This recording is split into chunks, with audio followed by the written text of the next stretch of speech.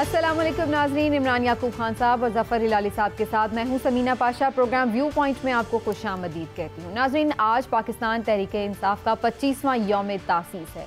इमरान खान साहब ने इसकी बुनियाद रखी थी 25 साल पहले और आज वो बरसरे इक़्तिदार हैं, मुल्क के वज़ीर आज़म हैं।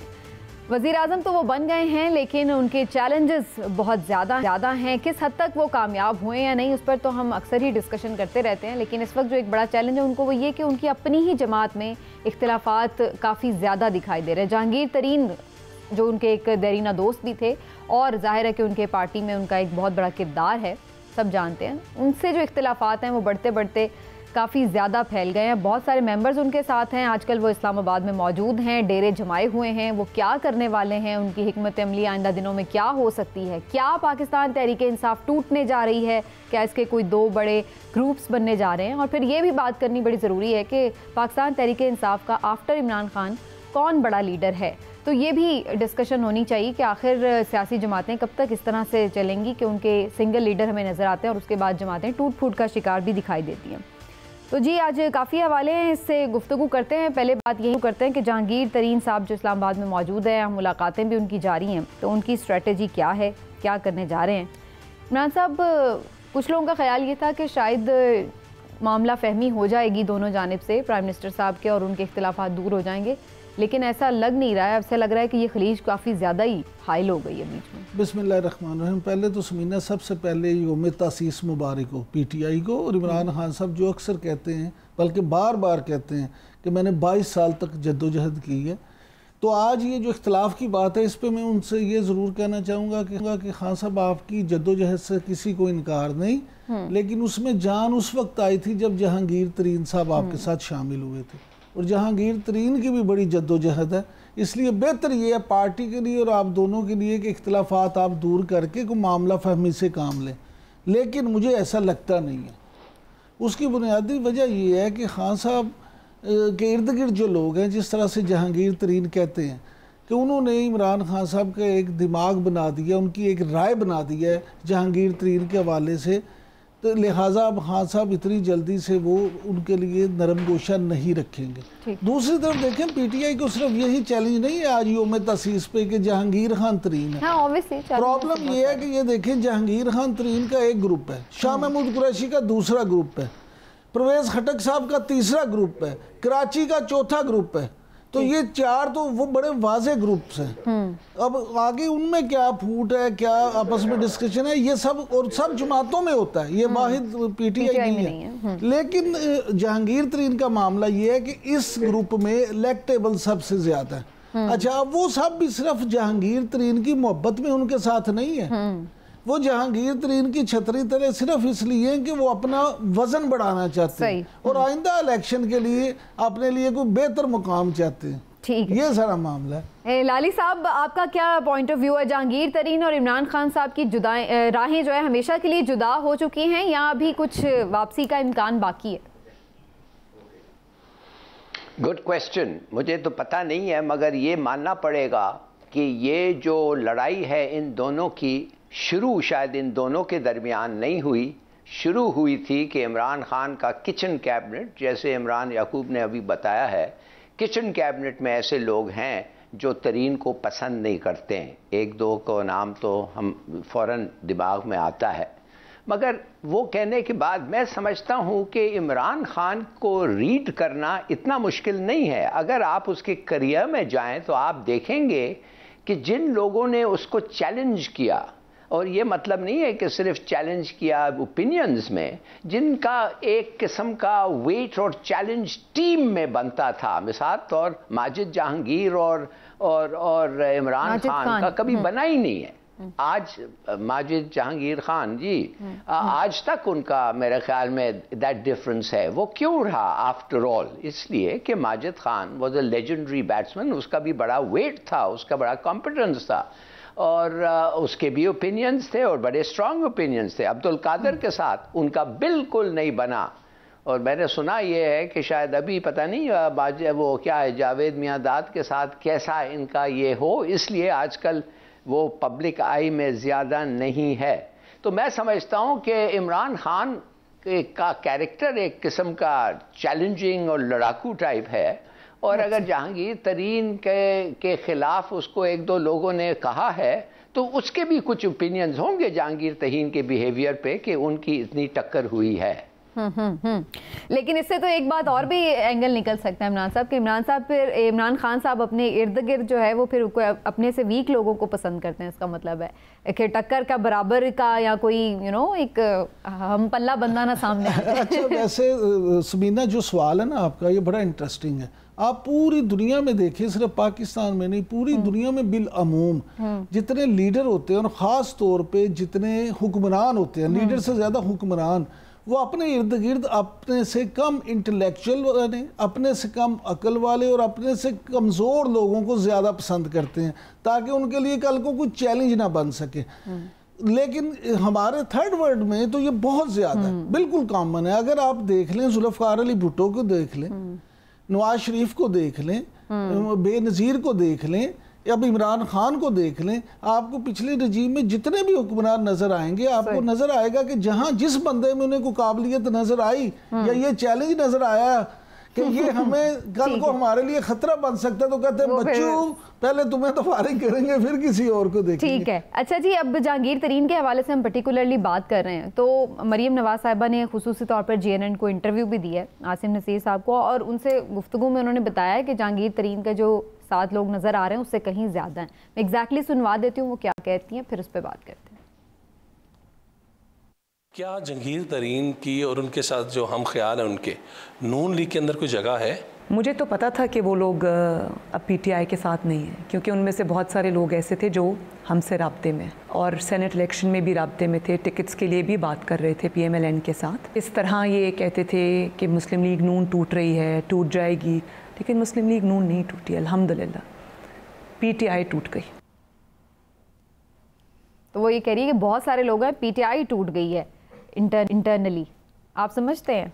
नहीं, देखिए जो मरीम नवाज की राय है ना, उसमें ये है कि वो जो PTI के हवाले से कह रही हैं, देखें मुस्लिम लीग नून को तो सूट करता है, मुस्लिम लीग नून को तो PTI का कमज़ोर होना सूट करता है। अब जो राब्ते में है इसमें भी कोई राय नहीं है, दूसरी बिल्कुल हैं राब्ते में और हर जमात में होते हैं। और अभी लोग ये समझते हैं कि PTI की परफॉर्मेंस शायद उस तरह की नहीं रही कि अगले इलेक्शन में उनके टिकट पे इलेक्शन आसानी से जीता जा सके। इसलिए जो लोग ये समझते हैं, जो सियासी लोग, वो दूसरी पार्टियों की तरफ देख रहे हैं, वही लोग हैं जो मुस्लिम लीग नून की तरफ देख रहे हैं। और जब ये उन्होंने कहा ना, जो आपके सवाल में था कि जी इससे कहीं ज़्यादा है जितने वो बताते हैं, तो उसकी 2 वजूहात है। एक तो वाकई उनके साथ काफ़ी लोग हैं, दूसरा ये कि जब हवा चलती है ना, लोग देखते हैं कि अच्छा ये 40 लोग जा रहे हैं तो 10 शामिल वाजा वैसे साथ हो जाते हैं कि अच्छा चलो। लेकिन जोर तो सारा पंजाब में ही नजर आ रहा है, पंजाब में ही नजर आ रहा है, लेकिन और सूबों में तो नहीं उन्हें कोई थ्रेट है इस हवाले से PTI को? नहीं, PTI को दूसरे सूबों में थ्रेट हो या ना हो, लेकिन हमारे जो जराए हैं, वाकफा निहाल हैं, जो उसमें मुस्लिम लीग नून की स्ट्रेटेजी जरूर बता रहे हैं, खासतौर पे हिलाली साहब सिंध के हवाले से। मुस्लिम लीग नून ने अब सिंध में ये प्लान किया है कि जिस तरह यहाँ इनके साथ जहांगीर तरीन ग्रुप इंटैक्ट है, वो अब फंक्शनल लीग को, पाकिस्तान मुस्लिम लीग फंक्शनल को वहाँ अपने साथ जोड़े, उनके साथ राब्ते उन्होंने तेज कर दिए। और उसके साथ साथ GDA के कुछ लोगों को जो PTI से इस वक्त हुकूमत से जो नाराज हैं उनके साथ राब्ते किए। और मुस्लिम लीग नून अब सिंध में ये स्ट्रेटजी बनाने जा रही है कि फंक्शनल की और GDA के उन लोगों को शामिल किया जाए ताकि सिंध में भी अपनी पोजीशन बेहतर। ठीक है अली साहब, लेकिन आपका क्या ख्याल है, PTI जो है वो वाकई टूट गई है जैसे मरीम नवाज साहिबा कह रही हैं, बात इस हद तक चली गई है? जहांगीर तरीन का ग्रुप कितना बड़ा है? अगर आप समझती हैं कि ये मरियम नवाज का व्यू ओपिनियन ये मुनासिब ओपिनियन होगा अबाउट एक मुखालिफ पार्टी का, तो फिर आपको मेरे ख्याल में आपकी असेसमेंट क्या है लाली साहब, आपकी असेसमेंट क्या है? मेरी आप कह रही हैं उसको पूछना कि PTI का क्या हालत है, वो क्या कहेगी, बड़ी ठीक ठाक हालत है? Of course not. दूसरी बात ये है, आप कहने लगे हैं ना, इनका कहने लगे या इमरान याकूब का परफॉर्मेंस ठीक नहीं है। मैं समझता हूं कि इनका परफॉर्मेंस इन द सर्कमस्टेंसेस बुरा नहीं है, जिस किस्म का पाकिस्तान इनको मिला, जिस किस्म के डेट्स थे, जिस किस्म के ऑब्लिगेशंस थे, माय गॉड, मेरे ख्याल में nobody could have done better. हाँ, शायद और फिर वायरस, देखिए इनकी जजमेंट ऐसे वक्त जज करना कि एक पार्टी ने ठीक परफॉर्म नहीं किया, और ये जो लोग छोड़ना चाहते हैं, ये क्या आप समझते हैं? ये समझते हैं कि कोई और बेहतर करता? अगर भी वो चले जाएं वो उनकी मर्जी है, मगर अगर वो सोचते हैं कि कोई वो और पार्टी अगर होती इससे बहुत बेहतर करती है, एब्सोल्युटली नॉट मेरे ख्याल में। और मैंने आपको एक दफ़े पढ़ के सुनाया था क्या क्या इनके अकम्पलिशमेंट्स हैं, और आज भी इनके अकम्पलिशमेंट्स ठीक ठाक हैं, और महंगाई के ऊपर इनका नहीं हो सका, उस पर थोड़ी सी नहीं, काफ़ी हद तक उनको मैनेजमेंट और एडमिनिस्ट्रेशन का फॉल्ट था, मगर इसका मतलब ये नहीं है कि ये तबाकुन परफॉर्मेंस है इनका, बिल्कुल नहीं। अच्छा, फिर इसमें एक और बात भी तो है ना कि जो छोड़ के जाने वाले लोग हैं वो कौन सा एग्जैक्टली ये देखेंगे कि परफॉर्मेंस कैसी थी, अच्छी थी या नहीं थी, वो तो अपना फायदा भी तो देखेंगे ना कि उन्हें किस चीज में फायदा हो रहा है, वो भी कितने सिंसियर हैं। उन्होंने तो 100% अपना फायदा देखना है। पाकिस्तान की सियासत में अलमिया ये है कि सियासतदान पहले अपना फायदा देखते हैं, उसके बाद अवाम की बारी तो कहीं बहुत बाद में जाके आती है। बिल्कुल सही। लेकिन हिलाली साहब जो फरमा रहे थे, हिलाली साहब की राय बड़ी मोहतरम है, उनका अपना ख्याल है। मैं समझता हूँ कि महंगाई पे तो जिस तरह से अवाम के साथ इस हुकूमत ने कर दी है, बस अल्लामान अलफीज। और दूसरी बात है, दूसरी कोरोना पे इनकी परफॉर्मेंस, कोरोना के हवाले से भी इस हुकूमत की परफॉर्मेंस जो है अगर अच्छी होती तो आज इतने बुरे हालात ना होते। चले, सबसे बड़ा मसला बैड गवर्नेंस, बस सही। चलिए, बहरहाल अब इस पर तो एक लंबी डिबेट अलग से हो जाएगी कि जहाँ ममालिक में इतना ऊपर नीचे हो गया, इतनी लाखों अमवात हो गई हैं, वहाँ के लोग भी हमने देखा है कि किस तरह से अपनी गवर्नमेंट्स को लेके चल रहे हैं। लेकिन हम PTI के हवाले से, चूँकि आज जैसे मैंने शुरू में जिक्र किया कि यौम तासीस भी है, तो उस पर मैं ज़रूर बात करना चाहूँगी। इमरान साहब, 2 पार्टी सिस्टम चल रहा था जब ये जमात आई, और 25 साल बाद इतनी कामयाबी तो उन्होंने हासिल कर ली कि बरसरे इक़्तिदार आ गए। लेकिन आप समझते हैं कि ये एक डिफरेंट पार्टी साबित हुई बाकी दोनों पार्टियों से?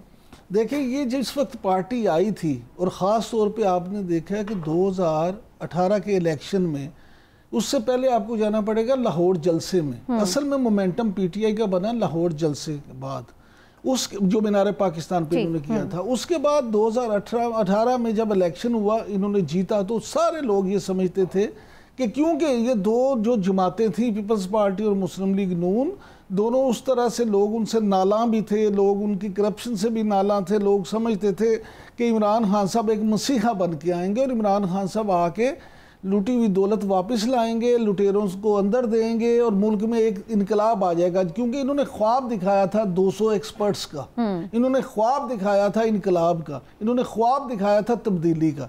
लेकिन अफसोस से कहना पड़ता है कि वो तब्दीली ये इस अपने 3.25 साल में ला नहीं सके अभी तक। अल्लाह करे कि बाकी जो 2.25 साल हैं उसमें ये तब्दीली ले आए। हिलाल साहब, बिल्कुल मैं आपका इस पे टेक लेती हूँ। मुझे ये बता दीजिएगा, वैसे आपको कितना डिफरेंस लगता है बाकी दो जमातों से? जो मेरा इमरान साहब से बुनियादी सवाल था कि वही ट्रेडिशनली ये भी चला रहे हैं जमात।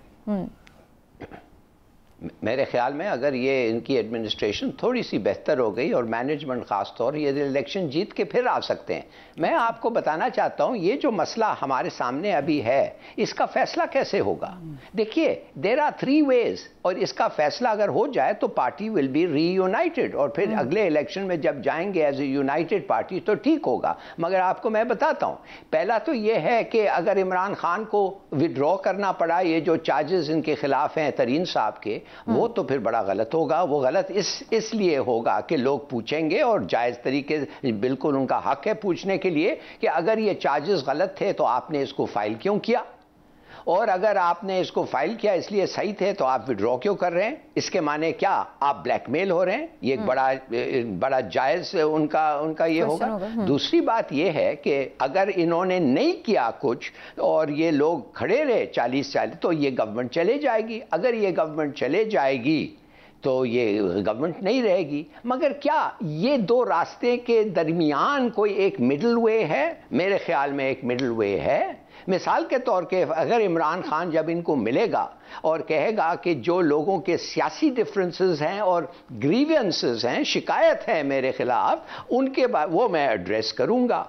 और जहांगीर तरीन को सीधी सादी बात करेगा। वो कहेगा बच्चों आपके खिलाफ केसेस हैं, आप मेहरबानी से कोर्ट में जाएं और क्लियर करें। उज़ैर बलोच कोर्ट में जाके 61 केसेस क्लियर किया है। वो MQM वाले जो पकड़े गए थे, आपको याद होगा 90 में रेड हैंडेड पकड़े गए थे, उनके खिलाफ अभी कोई विटनेसेस आने के लिए तैयार नहीं है, वो भी छूट गए। रियाज मलिक साहब जो थे उनका छोटा सा फाइन, वो छोटा तो खैर खासा फाइन हुआ मगर वो भी निकल गए। नवाज शरीफ हुदैबिया केस से बिल्कुल completely open and shut case से वो भी कोर्ट से निकल गए। शहबाज शरीफ वो भी कोर्ट बेल पे आ गया। तो जाओ जहांगीर तरीन तुम भी कोशिश करो उनके तरह और छूट जाओ, वापस आओ, जबरदस्त, हम सब मिलके अगले इलेक्शन लड़ेंगे।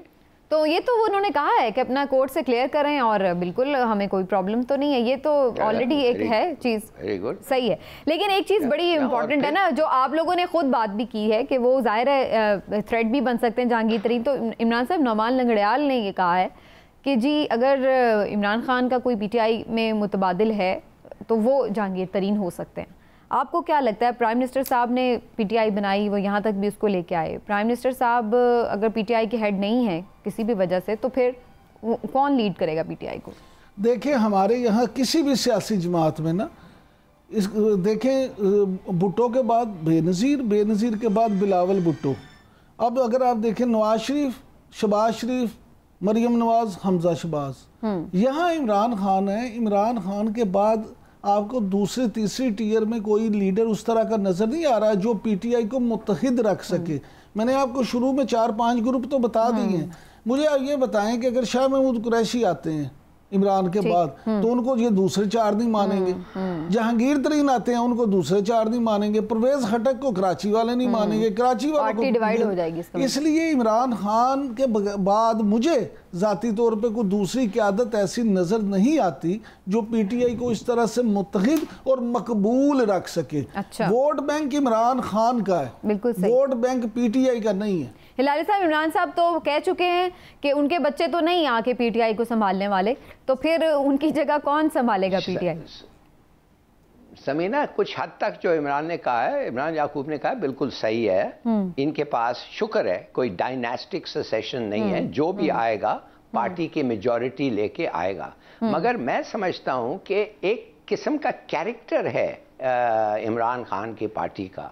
आप कहें बर्गर क्राउड, हम कहते थे, आपको याद होगा कि बर्गर क्राउड इनके साथ है, वो यंग जवान मिडिल क्लास जो एक्टिव और ये exactly. देखिए ये इस पार्टी में एक स्पिरिट है, इस पार्टी में जोश और एक वलवला है। अब ये देखना चाहिए कि कौन सा आदमी आ सकता है। ये जो नाम लिया है इनमें से कोई भी नहीं है by the way. Shah Mahmood Qureshi is out, Jahangir Tareen is be out. हालांकि शायद अगर थोड़ा सा उसका वेट भारी हो निस्बतन, खटक को तो कोई कराची में तो जानता ही नहीं है। और चौथा नाम आपने किसका लिया था जो आप कह रहे थे शायद हो सका?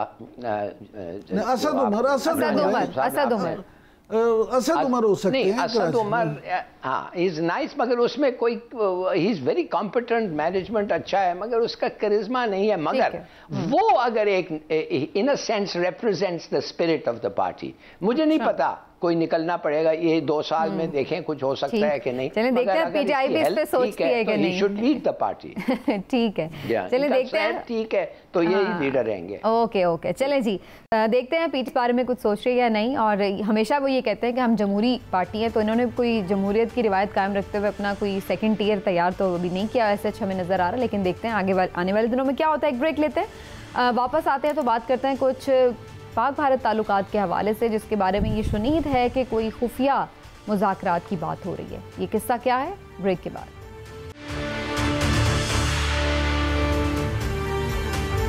शाह महमूद कुरैशी साहब ने जब मुत्तहिदा अरब अमारात का दौरा किया तो उस वक्त भी ये खबर आ रही थी कि शायद UAE कुछ सालसी कराना चाह रहा है पाकिस्तान और भारत में, और कुछ ऐसी बात हो रही है कि दोनों के ताल्लुकात बेहतरी की तरफ लाए जा सकें और उसमें वो अपना किरदार अदा करना चाहता है। लेकिन शाह महमूद कुरैशी साहब ने कहा कि वहाँ पर ऐसी उनकी कोई मुलाकात भी तय नहीं है उनके हम मनसब से। लेकिन अब दोबारा से ये खबरें आ रही हैं, पाकिस्तानी हुकाम भी ये कह रहे हैं कि भारत ने खुफिया मुज़ाकरात की पेशकश की थी, लेकिन वो किन टर्म्स पे हो सकते हैं, क्या नहीं हो सकते, इसके हवाले से गुफ्तगू करना बड़ा ज़रूरी है। और फिर इसमें जो पाकिस्तान का एक फर्म स्टैंड है कश्मीर के ऊपर, उसका क्या होगा, ये बड़ा जानना ज़रूरी है। इसी पर बात करते हैं। लाली साहब, पहले आपकी तरफ आते हुए आपको क्या लगता है, भारत ऐसी कोई खुफिया पेशकश क्यों करेगा, और अगर कर रहा है तो क्या उस पर पाकिस्तान कोई कॉम्प्रोमाइज़ कर सकता है, ख़ास तौर पर जबकि वो 5 अगस्त का जो इक़दाम है वापस नहीं अभी लिया इंडिया ने? देखिए, हमारा ख्वाहिश ये है, हमने ये नहीं किया है, कहा है कि हम हिंदुस्तान से किसी चीज़ पे नहीं बात करेंगे। हमने ये कहा है कि कश्मीर के मामले से 100% बात नहीं हो सकती जब तक आप अपने जो स्टेप्स लिए हैं, मिसाल के तौर पे स्टेटहुड का, आप उसको वापस ना लें। तो कश्मीर के बारे में इनकी बात नहीं हो रही है। बात हुई थी लाइन ऑफ कंट्रोल पे, वो एक अग्रीमेंट निकल आया था। उसके बाद हिंदुस्तान का अमित शाह ने एक इंडिकेशन किया है कि हम शायद कश्मीर का स्टेटहुड रिस्टोर करें। ठीक, एक सुना है, इंडिकेशन है। अब बात असल ये है कि हम चाहते हैं कि कश्मीर का मसला पीसफुली थ्रू डायलॉग सेटल हो। हम चाहते हैं कि जो भी हो हिंदुस्तान के साथ पीसफुली हो। हम चाहते हैं कि हिंदुस्तान के साथ ट्रेड करें, और हमें पता है कि वो चाहते हैं कि हमारे थ्रू वो अफगानिस्तान, ईरान और सेंट्रल एशिया जाएं। और हम खुश हैं कि लाइन ऑफ कंट्रोल पे जो हमारी अंडरस्टैंडिंग हुई है वो अभी तक होल्ड कर रही है। Very good. और हमें एक और चीज़ पता है कि हमें अपने बॉर्डर्स और इंडिया के साथ म्यूचुअल और बैलेंस फोर्स रिडक्शंस चाहिए। ये सब चीज़ अमन को प्रमोट करेगा। मगर एक चीज़ हम बिल्कुल अड़े हुए हैं और रहेंगे, और वो ये है कि कश्मीर पे कोई फैसला नहीं हो सकता है जो उन हक़ खुद इरादियत और कश्मीरी अवाम की ओपिनियन ना हो। तो हम Kashmir, we can not settle Kashmir without that, और ये कॉम्प्रोमाइज़ नहीं हो सकता, और ये नहीं हो रहा है। तो मैं नहीं समझता, हाँ सीक्रेट टॉक्स हो या पब्लिक हो, बिल्कुल सही है। अगर हाई प्रोफाइल हो या लो प्रोफाइल हो, डजंट मैटर। अगर इंडिया चाहता है, वो चाहते थे सीक्रेट, हमने नहीं, कहा लेकिन पाकिस्तान थे का हाई प्रोफाइल। ठीक है लाल साहब, चलिए ये तो आपका बड़ा फर्म पॉइंट ऑफ व्यू आ गया, लेकिन इमरान साहब, इनका तो स्टेटेड मौक़िफ़ ये था इस गवर्नमेंट का, प्राइम मिनिस्टर ऑफ पाकिस्तान का, कि जब तक 5 अगस्त वाला मामला वापस नहीं होगा कोई भी टॉक्स नहीं होंगे इंडिया से। देखिए, बात ये है कि ये बयानात होते रहते हैं, लेकिन बैकडोर जो है मामला वो भी चलते रहते हैं। बैकडोर चैनल कभी भी बंद नहीं हुए। अब ये सारा जो मामला ना वो ऐसे ही चल रहा है कि पाकिस्तान, यूएई एक्टिव हुआ है, क्योंकि यूएई ने इस खित्ते में, जैसे मैं पहले भी कई दफ़ा कह रहा हूँ, कि अपनी पोजीशन काफ़ी बेहतर की है। और यूएई ने अब दरमियान में आके पाकिस्तान और इंडिया के ताल्लुकात और ये मुज़ाकरात और ये सारी चीज़ें जब शुरू की, तो अल जज़ीरा ने इस पे जो रिपोर्ट किया है, अल जज़ीरा के मुताबिक पाकिस्तान की तरफ से 5 जो शराइत हैं वो रखी गई हैं। अच्छा, हाँ, ये अल जज़ीरा के मुताबिक वो शराइत क्या हैं? एक तो ये कि मकबूजा कश्मीर में आबादी का तनासुब बदलने के हथकंडों को मुस्तकिल तौर पर रोका जाए। ठीक है। नंबर 2, उन्होंने कहा जी, दूसरा मुतालबा है कि सियासी कैदियों को कश्मीर में रिहा किया जाए जिन्हें 2019 के लॉकडाउन में पकड़ा गया था। तीसरा, उन्होंने कहा जी, मकबूजा कश्मीर के अवाम की नकलो हमल में आज़ादी दी जाए। चौथा जी, मकबूजा कश्मीर को दोबारा मुकम्मल रियासती हकूक दिए जाएँ। और पाँचवा है कि वहाँ पे काबिज फौजियों की तादाद कम की जाए। ठीक। अब आ जाते हैं इसके दूसरे रुख की तरफ। अमित शाह, जिसका अभी जिक्र कर रहे थे, उसने चंद रोज़ पहले पार्लियामेंट में खड़े होकर ये इंडिया में कहा है, अपनी इंडियन पार्लियामेंट में, कि जनाब जब वक्त आएगा तो कश्मीर में भी मामलात, फरवरी 2 महीने पहले फरवरी में उन्होंने कहा अमित शाह ने, कि जब वक्त आएगा तो कश्मीर के मामलात को भी हल कर लिया जाएगा। सही। यानी अब मामला ये है कि इंडिया की तरफ से भी इस पे लचक है। अच्छा। क्योंकि उन्हें भी पता है कि पाकिस्तान ने तो कश्मीर के मामले में बिल्कुल भी कोई लचक नहीं दिखाने। लेकिन दूसरे जो इश्यूज हैं, जिसे हिलाली साहब ने जो बात की थी, कि अगर ताल्लुकात बेहतर होते हैं तो इन दोनों की तिजारत ही प्रॉपर शुरू हो जाती है ना, तो दोनों मुल्कों को बड़ा फ़ायदा। फिर इंडिया को इस रास्ते से ना सिर्फ ये कि पाकिस्तान की एक मार्केट मिल रही है, बल्कि वो अफगानिस्तान और सेंट्रल एशिया और पता नहीं कहाँ कहाँ जा सकता है। इसी तरह पाकिस्तान के पास इंडिया की एक बहुत बड़ी मार्केट है। तो ये सारी तो है, लेकिन अभी तो सिर्फ चीनी की दरामद की बात हुई थी, तो कितना आपने देखा था कि एक क्रिटिसिज्म शुरू हुआ था इस गवर्नमेंट पे कि भाई आप कश्मीर पहले सॉर्ट आउट करें, उसके बाद जो है वो देखिए ये चीज़ होती है कि जब कभी भी हुकूमती सतह पे किसी एक चीज़ को बुनियाद बनाकर सारे रास्ते बंद नहीं कर लिए जाते। अच्छा, आपने रास्ते खुले रखने होते हैं। ये मैं नहीं बोलूंगा भी, मैं नहीं बोलूंगा, हाँ आप बातचीत करेंगे तो वो मसला भी हल होगा ना। अच्छा, अगर आप बुनियाद ही सिर्फ ये रख लें कि नहीं जी पहले वो करोगे तो फिर होएगा। अच्छा, तो हिलाली साहब ये तो बड़ी स्टेटमेंट दी है इमरान साहब ने। इमरान साहब कहते हैं कि जी आप बाकी चीज़ों पे बात कर लें, अगर कश्मीर पे भी फिर बीच में बात हो जाएगी। पता नहीं, ये एक टैक्टिक है जो दूसरी चीज़ों पे बात होनी चाहिए अगर वो बात करना चाहते हैं। जैसे आइडेंटिफाई भी हुआ है, सर क्रीक है और ये एक क्या कहते हैं इकोनॉमिक जोन है, डिलिमिटेशन उसका। देखिए मुझे कश्मीर से फ़ोन कॉल्स आते हैं, श्रीनगर से ख़ास तौर, और वो हमारा प्रोग्राम देखते हैं उधर, और वो मुझे एक कॉल आज आया था सुबह। उन्होंने कहा कि आज आपका कॉल है तो ये हिंदुस्तानी गवर्नमेंट से पूछें कि उनके पुलिस श्रीनगर में इस वक्त उनको हुक्म मिला है कि मुसलमानों को तंग करो। कैसे कि बच्चों को जो बाइसिकल पे होते हैं उनको पकड़ो और उनको अंदर करो। और जिलानी साहब जो 92 इयर्स ओल्ड हैं उनको भी कॉज ट्रबल फॉर हिम।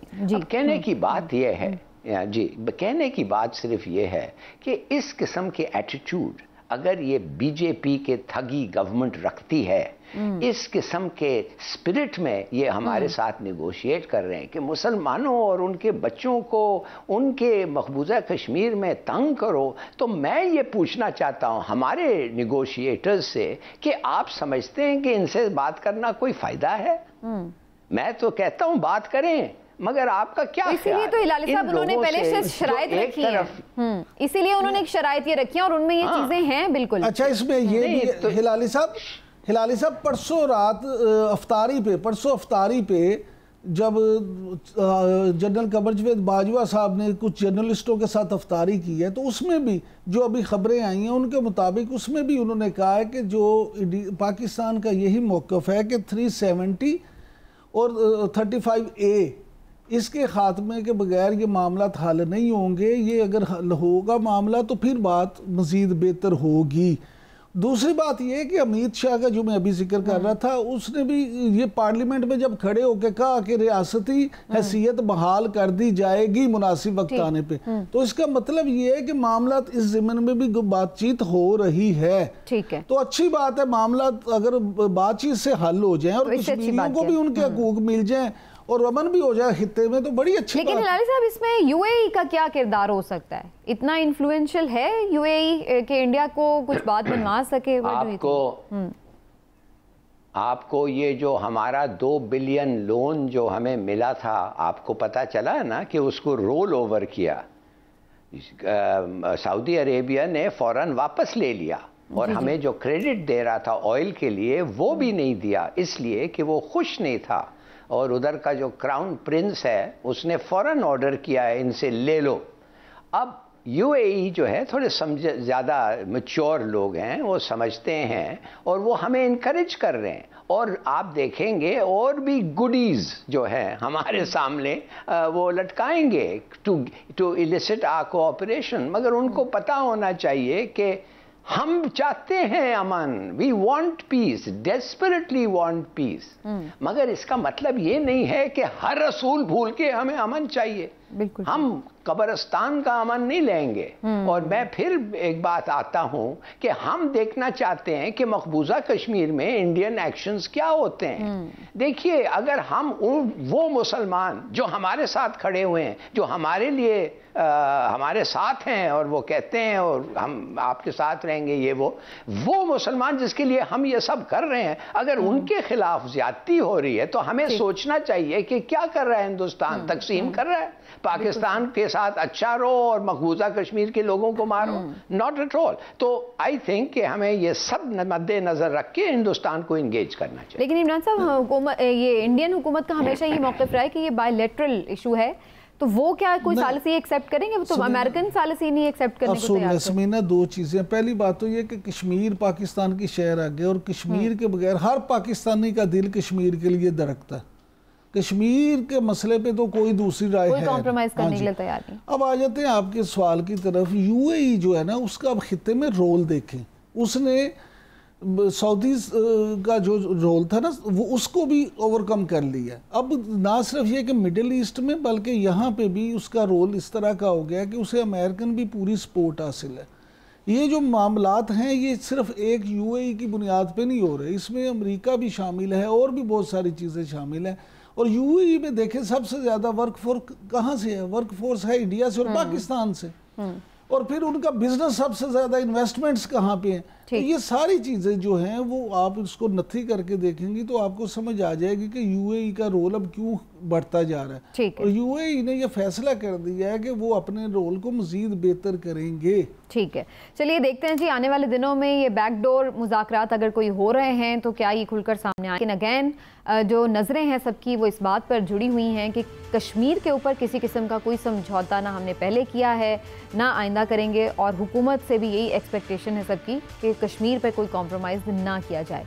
इसी पॉइंट के साथ एक ब्रेक लेते हैं, फिर वापस आते हैं तो बात करते हैं कि हुकूमत को माशी महाज पर एक कामयाबी ज़रूर मिली है, वो ये कि जो रोशन डिजिटल अकाउंट है उसमें तकरीबन $1 अरब से ज़्यादा रकम लोगों ने जमा करवाई है।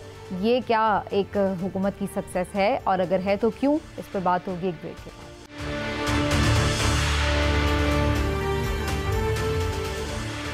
वेलकम बैक नाज़रीन। जैसा मैंने ब्रेक पर जाने से पहले आपको बताया, रोशन डिजिटल अकाउंट्स के ज़रिए $1 अरब से ज़ायद की रकम जो है वो तरसीलात ज़र की सूरत में पहुंची है। तो ये क्या सूरत हाल है और किस तरह बैरून मुल्क से ये सरमाया पाकिस्तान में आके पाकिस्तान के लिए फ़ायदेमंद साबित हो रहा है, इस पर बात करते हैं। इमरान साहब, आपको लगता है कि ये एक हुकूमत पाकिस्तान का, प्राइम मिनिस्टर इमरान खान का एक अच्छा कदम था जिसकी वजह से लोगों का एतमाद भी पाकिस्तान पर बहाल हुआ है और चैनलाइज हुई हैं चीज़ें? बिल्कुल, बड़ा अच्छा कदम था, इसलिए कि पहले आपके बैरून मुल्क जितने भी ओवरसीज़ पाकिस्तानी थे उनको अकाउंट खुलवाने के लिए या कौंसल खाने जाना पड़ता था या सफारत खाने जाना पड़ता था और उनके ज़रिए से अकाउंट खुलवाना पड़ते थे। अब रोशन डिजिटल पाकिस्तान के ज़रिए से वो ऑनलाइन ही अपने किसी भी पाकिस्तानी बैंक से और मालियाती इदारों के साथ कनेक्ट हो सकते हैं, अकाउंट खुलवा सकते हैं। फिर दूसरी बात यह है कि देखें, जब ये आपने उनको सर्विस दी तो उसका नतीजा क्या निकला कि आपने हदफ से पहले आपने अपने गोल को भी हासिल कर दिया और $1 अरब का आना वहाँ से इस तरह से, इसके 2-3 फायदे हैं। पहले तो ये हुंडी हवाला वो ख़त्म होगा, आपके पास ज़र मुबादला आएगा, और फिर सबसे बढ़ के ये कि आपका उन ओवरसीज़ का अपने हुकूमत पे, अपने मुल्क में एतमाद में मज़ीद इजाफा होता है।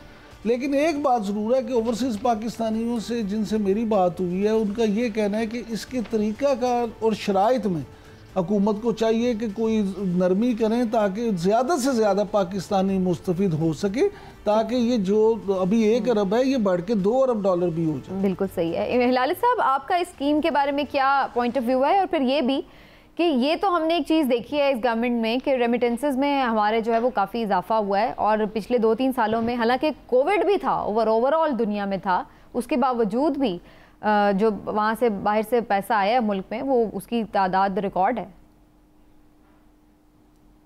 हाँ, वो शायद इसलिए भी हो, इसलिए कि हमारा एक्सचेंज रेट बढ़ गया है ना, उनको ज़्यादा रुपया मिल रहे थे। मगर मैं समझता हूँ ये एक्सेलेंट स्कीम है। और देखिए, ये स्कीम का एक बात जो मेरे ख्याल में हमें कहना चाहिए कि हम इस पे सूद दे रहे हैं 6%। अच्छा, अब उनके हमारे पाकिस्तानी जो बाहर हैं उनको किसी बैंक में, अब मुल्कों में, यूरोप में, अमेरिका में ऐसा सूद, ऐसा इंटरेस्ट पेमेंट नहीं मिलेगा। उधर तो 0.1% मिलेगा, आप समझे ना। तो रादर देन और 0.1% हम इनको दे रहे हैं 6%। अब आप पूछेंगे कि भाई हमारे पास इतने पैसे के हैं, किधर से आए कि हम इतना दे रहे हैं? मगर हमें पैसों की ज़रूरत है, और अगर हम कर्ज लेने जाते किधर भी तो हम कम से कम हमें 6% या शायद 1% उससे ज़्यादा भी देना पड़ता। तो हमारे लिए ये डबली बेनिफिशियल है। दूसरी, हाँ, ये है कि ये पैसे किसी वक्त जो डिपॉजिट किया है वो वापस ले जा सकते हैं। हम डॉलर में उनको इंटरेस्ट पेमेंट कर रहे हैं, और ये पैसे अगर डॉलर में रखे हैं तो वो डॉलर में किसी वक्त ले जा सकते हैं। और हमें ये सोचना चाहिए कि ये पैसे जो हैं ये वापस जाएंगे। इन अदर वर्ड्स, ये जैसे फॉरेनर इन्वेस्ट करता है स्टॉक मार्केट में, कुछ देर के लिए करता है, फिर मुनाफा भी ले जाता है और अपना कैपिटल भी ले जाता है। तो हमारे पास इतने पैसे हर वक्त होने चाहिए कि हम इनको, जैसे उनका वो आया, डिमांड आया कि हमारे पैसे वापस चाहिए, हम विद इंटरेस्ट उनको पैसे दे सकते हैं। और अगर ये चलता रहा, it's a very good scheme. ये आपको देखिए, ये पाकिस्तानी जो बाहर हैं, वो गोरे जो हैं, जो गैर पाकिस्तानी है जो बाहर है, उनको कहते हैं यार ये ले लो हमारे से पैसे, तुम 3 रख लो, हम 3 रख लें, हम बैंक में रख के तो हमारा तो सिर्फ 0.1% मिल रहा है। तो I think it's working out like that. अच्छा, लेकिन इमरान साहब इसमें ये कोई इन्वेस्टमेंट तो नहीं है ना फिर उस तरीके की जिसको हम कहें कि कोई बैरूनी सरमायाकारी आएगी तो उससे तो हमारी वेल्थ क्रिएशन में इजाफा होगा ना, वेल्थ में इजाफा होगा, लेकिन इस तरह तो कोई, ये तो वो वापस भी ले सकते हैं, तो फिर उस पर कोई वेल्थ में तो इजाफा नहीं होगा हमारी। जो पाकिस्तानी इसके ज़रिए से पैसे भिजवा रहे हैं वो इन्वेस्ट कर रहे हैं स्टॉक एक्सचेंज में भी और न्यू पाकिस्तान सर्टिफिकेट में भी, तो उन्हें इससे फ़ायदा तो हो रहा है और पाकिस्तान को ये फ़ायदा आ रहा है कि इनके पास ज़र मुबादला मिल रहा है। तो मुझे लगता है ये है कि जिस तरह अगर कोई डिमांड करता भी अपनी वैसे, तो उसी तरह अगर इन्वेस्टमेंट भी आती जाती है तो अल्टीमेटली इसका मुल्क को फ़ायदा ही है। ठीक है, हिलाल साहब आप इस पर कोई कमेंट करना चाहेंगे? इन्वेस्टमेंट एक है लेकिन इनडायरेक्ट सी इन्वेस्टमेंट नज़र आ रही है ये। नहीं, फॉरेन डायरेक्ट इन्वेस्टमेंट जो होता है वो स्टॉक एक्सचेंज में भी आ सकता है और वो आता है और जाता है। आप सही कह रही थी कि ये ऐसा नहीं है कि इधर आके वो कोई फैक्ट्री लगा रहे हैं कि मर्सिडीज़ इन्वेस्ट कर रहा है एक फैक्ट्री में, उस किस्म का नहीं है। मगर ये जो इन्वेस्टमेंट है स्टिल वेरी यूज़फुल, ये जॉब्स क्रिएट करता है, हमारे कंपनीज जो इनसे पैसे लेते हैं उनको एक्सपैंड करते हैं, ये सब के लिए बेनिफिशियल है। ठीक है, और वैसे भी एक जो बड़ा इसका बेनिफिट है वो ये है कि जो चैनलाइज कर दिया गया चीज़ों को, अब वो काले धन जो कहते थे ना कि उधर से इधर सफ़ेद कर लिया ला के या इस तरह, तो चीज़ें चैनलाइज हो गई हैं बिल्कुल। और जब लोगों को चैनलाइज होंगी तो लोग यूज्ड टू होते हैं, फिर हुंडी हवाला, इस मनी लॉन्ड्रिंग, इन चीज़ों से कुछ इनका रास्ता बंद होगा। बिल्कुल ठीक है, चलिए जी इसी पॉइंट पर अपना प्रोग्राम क्लोज करते हैं। इंशाल्लाह फिर आपसे मुलाकात होगी। नाज़रीन अपना ख्याल रखिए, इजाज़त दीजिए, अल्लाह हाफ़िज़।